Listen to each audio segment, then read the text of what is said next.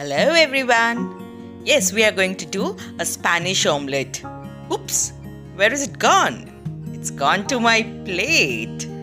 I just love to have Spanish omelette on my breakfast, lunch, dinner, even evening snack. Anytime you give me, I'm there.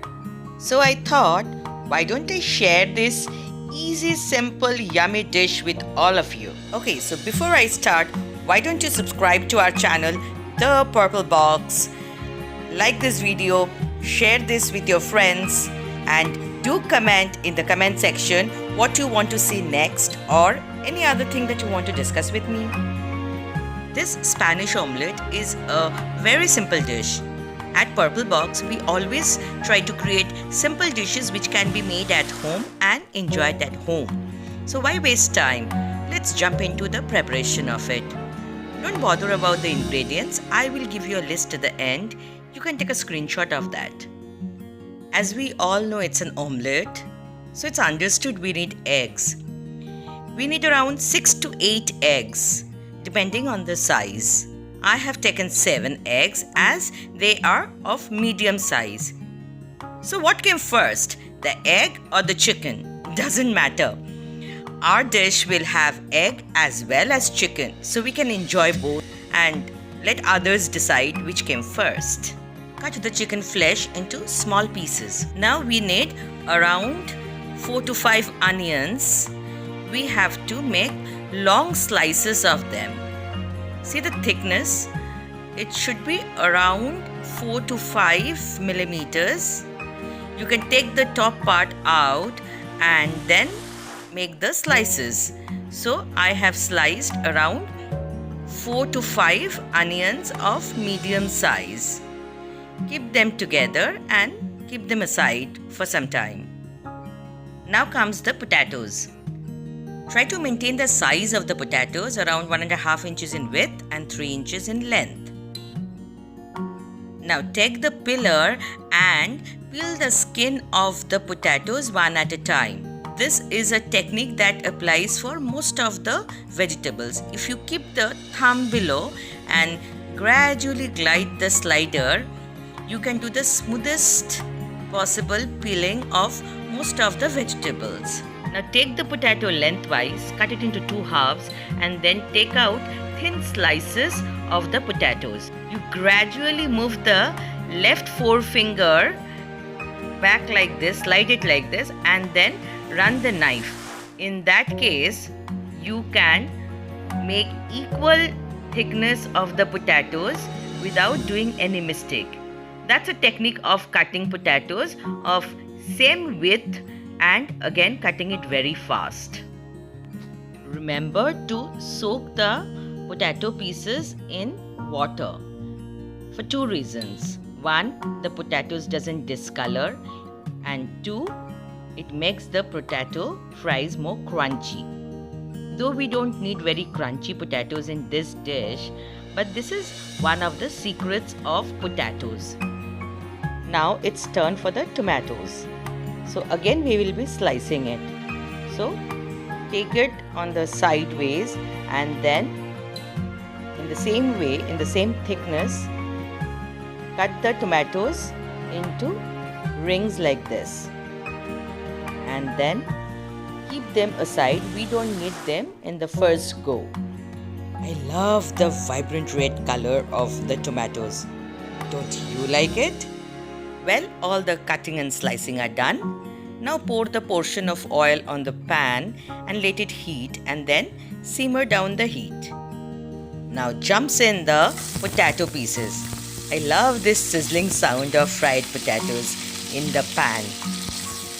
Add all the potato pieces into the pan and then run a spatula to position the potato pieces properly and allow it to fry for some time. Don't sprinkle salt right now. That will soften the potatoes. Cover the potatoes and allow it to fry on a low temperature. At this point, we will not increase the temperature at all. After around 1.5 minutes, take out the lid and then reposition the potato pieces.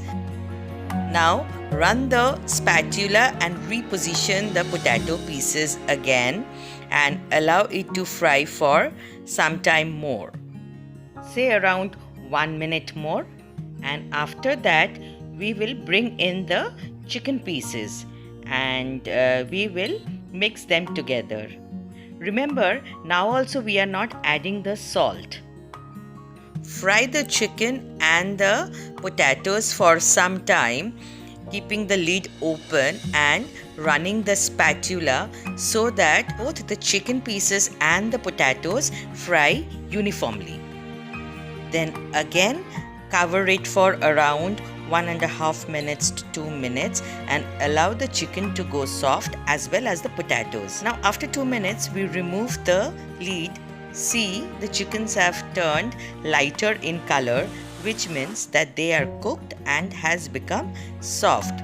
So we can go to the next stage of this dish. Now we add the onions from the top and then we again mix them all well. It's very important that the potatoes go first, then the chicken and then the onions. That brings in the taste in the dish. Now fry them for some time and then at this point we will be adding the salt. While the potatoes, onion and chicken are getting fried, we will break the eggs in a bowl. I have taken 7 eggs. You can take more eggs also if you want. There are few dishes where the measurement is very important, but it's not so in this particular dish. Now put some salt as per your taste on the eggs and then take a fork, just a normal fork would do, and then beat the eggs. Whenever you are making omelettes and you are beating with a fork, see the movement. First it was smooth and soft and then it's a bit more vigorous and now it is faster and you see that the egg comes up from the bowl and again goes back into the bowl in a circular motion. Well, the potato, onion and chicken are ready, so we will pour in the beaten egg gradually and spread it all over the pan. And then after some time we add the tomatoes from the top and cover the pan and allow it to cook at a very low temperature. After around 2 minutes we open the lid and just press the tomatoes a bit below. You can see that the egg has started becoming thick. It's no more a soft fluid. So just press the tomatoes a bit. It's still soft on the upper part and then again just check all the tomatoes are pressed into the egg portion and then we will again cover the pan with the lid and allow it to cook. Now after around 3.5 minutes, take off the lid. You see the tomatoes are stuck inside the egg and the sides are bubbling. So that means it's almost cooked from one side. Now with a soft spatula, just prick from the sides, just see the movement so that the egg separates itself from the pan. This is a very important step. Keep doing it several times from all the sides, otherwise the omelette might break. Now take another flat pan and then cover it from the top and then turn both the pans upside down so that the omelette shifts to the flat pan. See, the side which was at the top with the tomatoes have now gone down on the flat pan and we will be cooking on this flat pan now. We will cover it and again keep the flame low and then allow it to cook for another 3 to 4 minutes, just like this. Now I have removed the lid. You can see oil sizzling on the sides. So that means the layer below is cooked and ready to be served.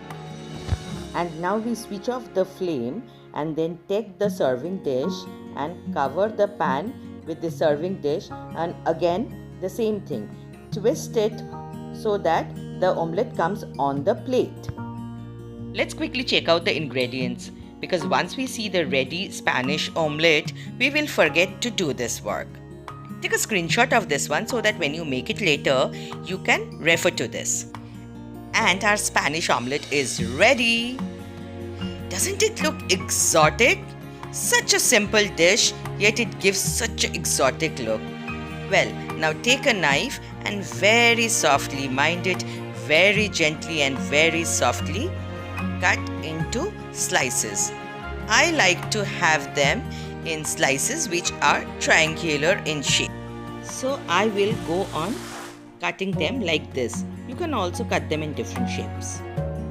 Now with a flat spatula, very softly, gently take out the slices like this and place them on the serving plate. Well, I'm rushing to go and have it. Do make it at home, and in the comment section, share your experience of you and your family. Bye.